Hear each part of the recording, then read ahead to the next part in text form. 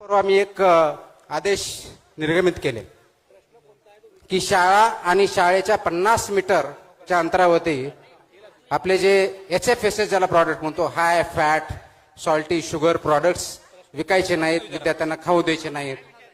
त्याच्यावरती चर्चा बऱ्यापैकी सुरू झाली. त्याच्यामधला असा एक प्रश्न आला, शाळेतला कॅन्टीन पुरतं ठीक आहे हो, पण 50 मीटरची काय गरज होते? बरोबर आहे. आणि याच्यावरती काही टीका झाल्या, काही जणांनी अप्रिशिएट केलं.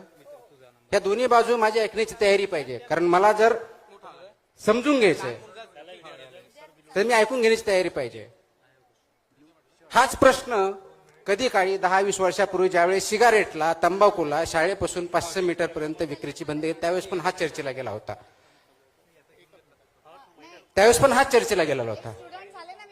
थांबा ऐकून घ्या. आज ऑलमोस्ट ती बऱ्यापैकी आपण इम्प्लिमेंट केलेलं आहे. गरज काय आहे? आज भारत स्वतंत्र झाला त्यावेळेस देशामध्ये ज्याला डिजीज बर्डन म्हणतो, रोगांचा प्रादुर्भाव जो होता तो कम्युनिकेबल डिजीजेसचा होता 70% आसपास.